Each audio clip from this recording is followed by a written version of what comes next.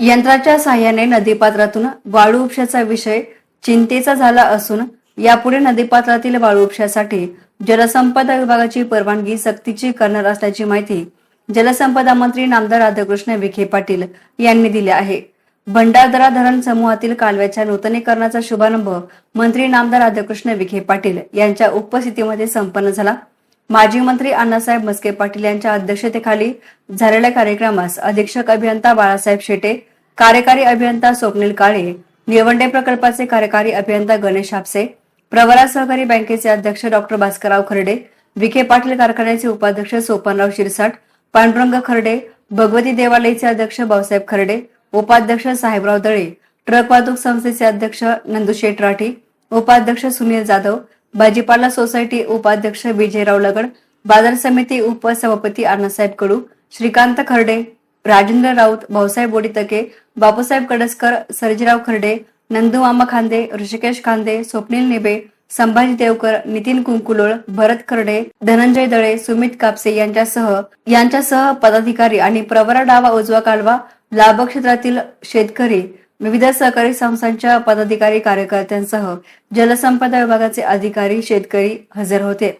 या प्रसंगी बोलताना मंत्री विखे पाटील म्हणाले की एका पावसाच्या थेंबातून अधिक उत्पादन हे पंतप्रधान मोदी यांच्या जलव्यवस्थापन धोरणाचे प्रमुख उद्दिष्ट असून त्याच दिशेने जलसंपदा विभाग काम करत आहे।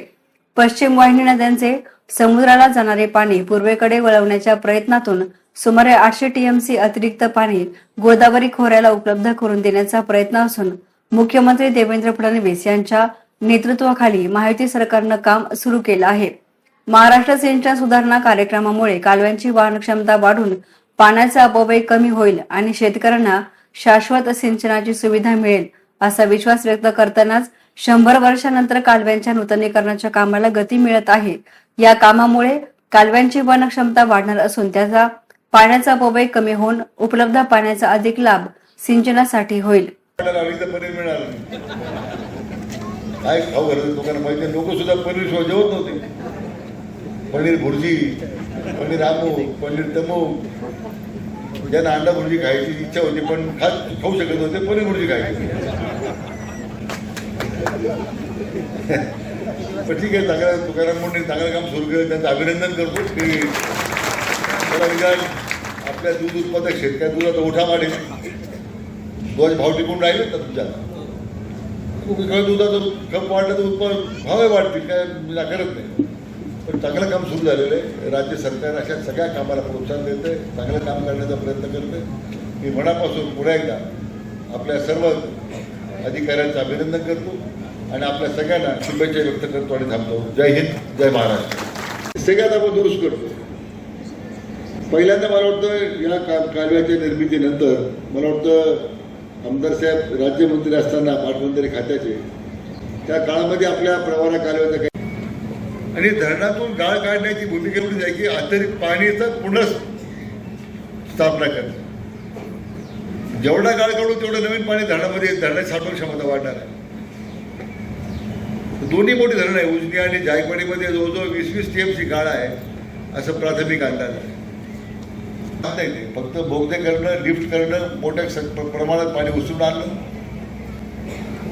मी आता गेल्या 15 दिवसापूर्वी सातारा सांगलीच्या दौऱ्यावर होतो। मी उद्या ते टेंबोच्या लिफ्टचं कामकाज पाहायला गेलो होतो। कृष्णा नदी त्या टेंबोमध्ये आणलेली त्या पहिल्या टप्प्यात लोक मग त्या ठिकाणी पिकं घ्यायला सुरुवात करतील। आज पावसाचा जर परिणाम पाहिला तर दिवसेंदिवस ती सुद्धा एक संदिग्धता आहे। यावर्षी तर पाऊस पडणार नाही सगळे पडत होते, तर मी तर शेतकऱ्याला फायदा करून देत आहे। म्हणून आपल्या या महायुती सरकारची तीच भूमिका आहे।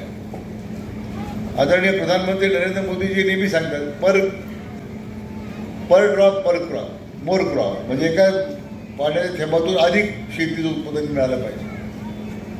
आणि तोच मंत्र घेऊन माननीय देवेंद्रजी फडणवीस साहेब आपले लोकप्रिय मुख्यमंत्री राज्यामध्ये काम करतात। हे खातं माझ्याकडे जे समुद्राला वाहून जातं ते आता आपल्याकडे आणण्याचं काम आता मी सुरू केलेलं आहे। मला वाटतं पुढच्या 3-4 वर्षामध्ये हे अशक्य वाटणारं काम हे निश्चितपणे भगवती मातेच्या आशीर्वादाने आपण निश्चितपणे पूर्ण करू अशी मी आपल्याला खात्री देतो. साधारण 1,00,000 कोटी रुपये खर्च त्या प्रकल्पाला आहे.